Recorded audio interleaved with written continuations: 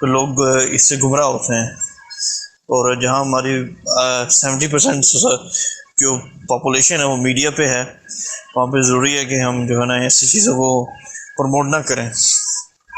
تو میرا یہ میسیج سنوائیے گا. جزاک اللہ خیر. دیکھیے میں نے آپ کا میسیج ایمانداری سے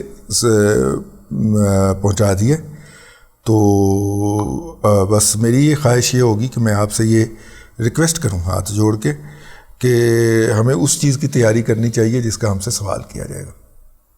ٹھیک ہے؟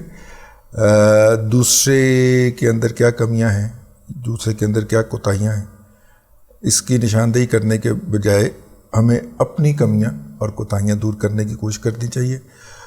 وہ اگر غلط کر رہے ہیں آپ کی نظر کے اندر، اس کا ان کو اجر مل جائے گا. ٹھیک ہے؟ آپ اگر کچھ اچھا کر سکتے ہیں تو کرنا شروع کر دیجئے. آپ جب کسی کی رد میں جاتے ہیں تو بنیادی طور پہ اسے ہی سپورٹ کر رہے ہوتے ہیں. یہ میری بات دوبارہ سن لیجئے. آپ جب کسی کے اوپر رد کرتے ہیں یا کسی کی تنقید کرتے ہیں تو آپ اسے مضبوط کر رہے ہوتے ہیں، اس کو ملٹیپلائی کر رہے ہوتے ہیں. تو اگر آپ کے خیال میں وہ درست نہیں کر رہے اور آپ جو درست سمجھتے ہیں آپ وہ کرنا شروع کر دیجیے.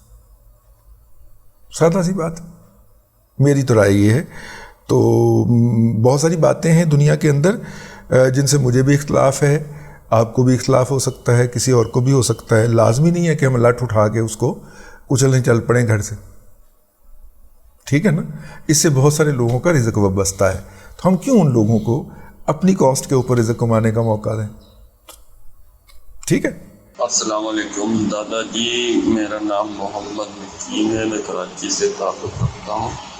میرا سوال یہ ہے کہ اگر کوئی کمپنی اپنے شیئرز کی تعداد بڑھا دے، اس کے آؤٹ اسٹینڈنگ تعداد بڑھ جائے اور اس کی جو فری فلوٹ ہے وہ اس کی تعداد نہ بڑھائے، تو اس کو جو آفٹر 3 months جو پروفٹ ہوگا وہ اگر ڈیویڈنڈ دیتا ہے تو وہ ڈیویڈنڈ کیا جو فری فلوٹ کے شیئر ان میں ڈیوائڈ ہوتا ہے یا آؤٹ اسٹینڈنگ شیئر میں ڈیوائڈ ہوتا ہے؟ یہ آپ جو ہے اس کا جواب دے کے تھوڑا رہنمائی فرمائیے. ٹیکنیکل ایشو ہے اپنا. میرا تو خیال ہے کہ سب میں ہوتا ہے، ریشو ڈیفرنٹ ہو جاتی ہے. پریفرڈ شیئر جس طرح ہوتے ہیں اس طرح جو ہے وہ ہوتا تو سب میں ہے، شاید مارجنل سا ریشو کا فرق پڑ جاتا ہے. لیکن پھر بھی میں کسی ٹیکنیکل ایکسپرٹ بندے سے، یقیناً ہمارے پروگرام ایکسپرٹ لوگ بھی دیکھتے ہیں، کوئی نہ کوئی فیڈ بیک آ جائے گا، ورنہ میں آپ کو کسی سے پوچھ کے بتا دوں گا. امیڈیٹلی میرے علم کے مطابق یہی ہے. السلام علیکم دادا جی، اسامہ بات کر رہا ہوں لاہور سے. دادا جی کیسے ہیں آپ؟ خوش ہیں؟ بہترین ہیں؟ اللہ پاک آپ کو جزائے خیر دے. جو مقصد کے لیے آپ نے یہ شمع روشن کی ہوئی ہے، بلیو میں اگر یہ شمع نہ روشن ہوتی تو ہم جیسا نوجوان نوزادہ کب کا گمراہ ہو چکا تھا. تو اب میں سوال کی طرف آتا ہوں کہ یہ جو نواز شریف کی سیاست ہے، حالانکہ ان کو گرین چٹ بھی ملتی چلی جا رہا ہے، اس کے ساتھ ساتھ ان کی سیاست کے طور پر ان کی امپرومنٹ بھی ہوتی جا رہی ہے، تو آپ کا کیا خیال ہے کہ جب یہ ملکی سیاست میں قدر رکھیں گے تو اس سے نون لیگ کو کچھ فائدہ ہوگا؟ اور جو اتنا ان کا نون لیگ کا ووٹر مایوس ہے، کیا ان کی طرف واپس آئے گا؟ کائنڈلی جواب ضرور دیجیے گا. دادا جی میرا دوسرا سوال تو یہ تھا کہ IMF کے اندر تمام شرائط پوری کرنی ہے، مطلب کوئی بھی شرائط ان کی ہم نے نہیں چھوڑی ہے. انہوں نے کہا کہ سپوز آپ وفات زر کے مطابق اس کا انٹرسٹ ریٹ بڑھا دیں، ہم نے انٹرسٹ ریٹ بڑھا دیا. انہوں نے کہا 50 روپے لے بھی آپ نے لینی. In fact each and everything ہم نے ان کی شرائط مانی. تو پھر کیا اس کی وجوہات ہے؟ ریزن ہے کہ اس نے ہمیں نا کی لکیریں نکلوائی ہیں اور ہمیں معاہدہ نہیں دیا. اس کی کیا پیچھے وجوہات ہو سکتی ہے؟ اس کے بارے میں روشنی ڈالیے گا. دیکھیے پہلا سوال آپ کا سیاست کا ہے، اور سیاست کا ہم نے اس پروگرام کے اندر داخلہ ممنوع قرار دے دیا ہوا ہے. ٹھیک ہے؟ تو لہذا اس سوال سے تو آپ ہماری معذرت قبول فرمائیے. دوسرا سوال جو آپ نے کیا ہے، IMF کا زیادہ تر پروگرام کا زیادہ جو اسپیکٹ ہوتا ہے وہ اس کا سیاسی ہوتا ہے. پولیٹیکلی وہ پاکستان کو پنش کر رہے ہیں. کیوں کر رہے ہیں؟ کیونکہ پاکستان نے یا پاکستان کی فوج نے ان کو افغانستان سے نکلتے وقت ان کے بقول ہیلپ نہیں کیا تھا، اور بعد جب نکلے ہیں دراصل وہ افغانستان سے ناکام ہو کے نکلے. یہ میری رائے ہے، آپ اس سے اختلاف کر سکتے ہیں. افغانستان سے وہ ناکام ہو کے نکلیں. اچھا، اب امریکہ کے اندر بھی 2 لابیز ایگزسٹ کرتی ہیں. ایک پرو وار لابی جس کا نمائندہ جو ہے یہ زلمے خلیل زاد اینڈ کمپنی سمجھے جاتے ہیں. جب بھی امریکہ کی کسی ملک کے اندر جنگ لگتی ہے یہ زلمے خلیل زاد اور ایک اس کا وہ بڑی بڑی مونچھوں والا کیا نام ہے اس کا, جس کو ٹرمپ نے بڑے بےعزت کر کے نکالا تھا, جسے بلایا تھا کہ میں تمہیں ایوارڈ دینا ہے. جب ایوارڈ دینے کے لیے وہ پاس آ گیا, ہاتھ ملا کے اسے کہا یو آر فائرڈ. ٹھیک ہے, اس طرح کر کے اس کو نکالا تھا. اس کو ابھی تک بیچارے کو دکھ بہت ہے. تو وہ جو یہ جو صاحب ہیں, جب بھی امریکہ نے کہیں پہ جنگ لگانی ہوتی ہے, افغانستان کی پہلی جنگ جو افغانستان میں امریکہ نے لڑی تھی, وہاں سے لے کے اب تک یہ زلمے خلیل زاد اور وہ جو ہے وہ مجھے اس کا نام آتا ہے لیکن اس وقت ذہن سے اتر رہا ہے, یہ وہاں پہ فور فرنٹ پہ ہوتے ہیں. تو اپنا اللہ آپ کا بھلا کرے. یہ 2 لابیز ہیں وہاں پہ, ایک جنگ کی لابی ہے, ایک ڈیولپمنٹ کی لابی ہے. جنگ والی لابی کی نمائندگی کرتا ہے زلمے خلیل زاد اینڈ کمپنی, اور ڈیولپمنٹ والی لابی کی ہر وہ صدر جو منتخب ہو کے آتا ہے. ٹھیک ہے, ٹرمپ صاحب نے بھی کہا کہ پائنسی جنگ نہیں لڑنی. انہوں نے کہا نہیں تو لڑنی پینی. اس سے پہلے وہ ماجوکا لیا. میرا مطلب ہے کہ اوباما جو تھا وہ پٹتا ٹر گیا کہ یار بس کر دو افغانستان چو کی کرنا چاہیے. بیسیکلی جنگ جب ہو رہی ہوتی ہے تو پینٹاگان کے لمبی لمبی دیہڑیاں لگی ہوتی ہیں. ٹھیک ہے, اگر آپ کو میں ایک بات یاد دلاؤں تو فرانس کے اندر مظاہرے ہوئے تھے 3 سال پہلے, اور اس کے بعد فرانس نے دھمکی لگائی تھی کہ ہم فرانس کے اندر جو ہے وہ کرنے لگے ہیں, تمام ریئل اسٹیٹ کی پروفائلنگ کرنے لگے ہیں اور دیکھنے لگے ہیں کہ کس ریئل اسٹیٹ میں کس بندے کا کتنا اسٹیک ہے. تو امریکہ کے وزیر دفاع صاحب, سیکرٹری دفاع صاحب پہنچ گئے تھے وہاں پہ, یہ کام آپ نہ کریں, کیونکہ کہا جاتا ہے کہ افغانستان اور عراق کی جنگوں سے انہوں نے جتنے پیسے کمائے تھے امریکی جرنیلوں نے, یہ فرانس کی ریئل اسٹیٹ میں لگائے گئے ہوئے ہیں. ٹھیک ہے, اب ویسے فرانس میں پھر فسادات چل رہے ہیں, اس کی کوئی اور ریزننگ ہو سکتی ہے, لیکن اندر خانے کچھ اور بھی ہو سکتا ہے. ویسے فرانسیسیوں کی یہ روایت ہے گزشتہ کم از کم 3-4 دہائیوں سے کہ ہر سال انہوں نے کسی ایک گاؤں پہ کسی ایک شہر کو ساڑنا ہوتا ہے. اس دفعہ والیوم ذرا بڑھ گئے. ٹھیک ہے, اس دفعہ والیوم ذرا بڑھا ہے, لیکن 1-8 دن کے اندر انہوں نے قابو پا لیا. 1100 سے نہیں 1300 بندہ اندر تو انہوں نے دیا ہے, 200 کے قریب لوگ مار دیے ہیں انہوں نے, قتل کر دیے ہیں. اور جناب ان کی پولیس جو ہے وہ ہمیشہ اسی تعصب کا اظہار کرتی ہے. اپنا برٹش گورا تو کچھ بھی نہیں گا تعصب میں, جو فرینچ گورا ہے بہت متعصب ہے, اور وہ سمجھتا ہے کہ یہ ہماری سرزمین پہ آ گئے بھک منگے جو ہیں, حالانکہ ان کے بزرگوں نے انہی کا استحصال کیا ہوا ہے. تو وہ چاہتے ہیں کہ یہ اس طرح نہ آئیں, لیکن وہ آتے رہتے ہیں. اور فرانس کا جو سسٹم ہے اس کے اندر اگر آپ پڑھ لکھ کے اوپر بھی چلے جاتے ہیں تو پھر وہاں پہ آپ کی ترقی کے اندر بھی رکاوٹیں ہیں, انٹل انلیس آپ کے پاس پیسہ بہت نہ آ جائے, یا انٹل انلیس آپ کے پاس ٹیلنٹ بہت نہ آ جائے. تو جن کا ٹیلنٹ ہوتا ہے, جن کا پیسہ ہوتا ہے, وہ اوپر پہنچ جاتے ہیں, اور جن کے پاس ٹیلنٹ اور پیسہ نہیں ہوتا وہ وٹے لے کے سڑکوں پہ آ جاتے ہیں اور پتھر بازی کرتے ہیں. تو بہرحال یہ ہے صورتحال. فرانس کے اندر جو کچھ ہوا وہ قابل مذمت ہے, لیکن اس کی کوئی جسٹیفیکیشن نہیں دی جا سکتی یہ کہہ کے کہ جناب انہوں نے بھی تو ان کے بزرگوں کو ان کی نسلوں کا استحصال کیا ہوا ہے. تو وہ نسلوں نے ان کو مار پیٹ کے وہاں سے نکال لیا تھا, تو اب آپ وہاں پہ کیا لینے گئے؟ ٹھیک ہے نا, میں اس بات کا قائل ہوں اگر آپ اس ملک میں گئے ہیں تو اس کے قوانین کی پابندی کیجیے. اگر اس الجزیری بچے کو گولی ماری گئی تھی اور موقع کے اوپر وہ مار دیا گیا تھا, ان کا قانون ایگزسٹ کرتا تھا, ان کے وزیر اعظم نے, ان کی پولیس کے سربراہ نے, سب نے اس کی شدید قسم کی مذمت کی, اور ان پولیس والوں کو اس کو گرفتار کر لیا, اس کے ساتھی کو بھی گرفتار کر لیا گیا. یا تو آپ قانون کے, آپ اگر اس ملک میں رہتے ہیں تو اس قانون کی پابندی کیجیے اور قانون کو اپنا رستہ لینے دیجیے. اگر قانون اس کو چھوڑ دیتا تو پھر آپ کو یہ حق ہے کہ آپ ڈنڈا ونڈا لے کے پٹا شٹا اٹھا کے نکل آئیں. لیکن ابھی تو قانون, ابھی تو ان کی حکومت نے انکار ہی نہیں کیا. جس طرح ٹرمپ نے انکار کر دیا تھا کالے جارج فلائیڈ کے مرنے کے اوپر کہ نہیں کرتے جی ہم, تو پھر امریکہ میں فسادات پھوٹ پڑے تھے. ٹھیک ہے نا, تو پھر کرنا پڑا تھا نا. یہاں پہ یا تو انکار ہوتا نا فرانس کے اندر تو پھر تو بات تھی, اگر نہیں ہوا تو پھر تو میرا مطلب ہے یہ زیادتی والی بات ہے, وہاں پہ آگ شاگ لگانا, وہاں کی زندگی کو ابرپٹ کرنا. اور اب ہم اس بات پہ کنڈیم نہیں کر سکتے کہ جناب فرینچ پولیس جو ہے وہ بڑا استحصال کر رہی ہے اور فرینچ پولیس جو ہے وہ بڑا ظلم کر رہی ہے, کیونکہ آپ نے ان کا قانون ہاتھ میں لیا, اور قانون کو وہ اپنے کیا کہتے ہیں مذہبی کتاب سے زیادہ وہ کیا ہے انجیل مقدس سے زیادہ اہمیت دیتے ہیں, کیونکہ وہی ان کو ایک قوت کے طور پہ رکھے ہوئے جمع. اب تک کے لیے اتنا ہی, اگلے بلاگ کے اندر پھر حاضری ہوگی. اللہ تبارک و تعالیٰ آپ کو آسانیاں عطا کرے اور آسانیاں خلق خدا میں تقسیم کرنے کی توفیق عطا کرے.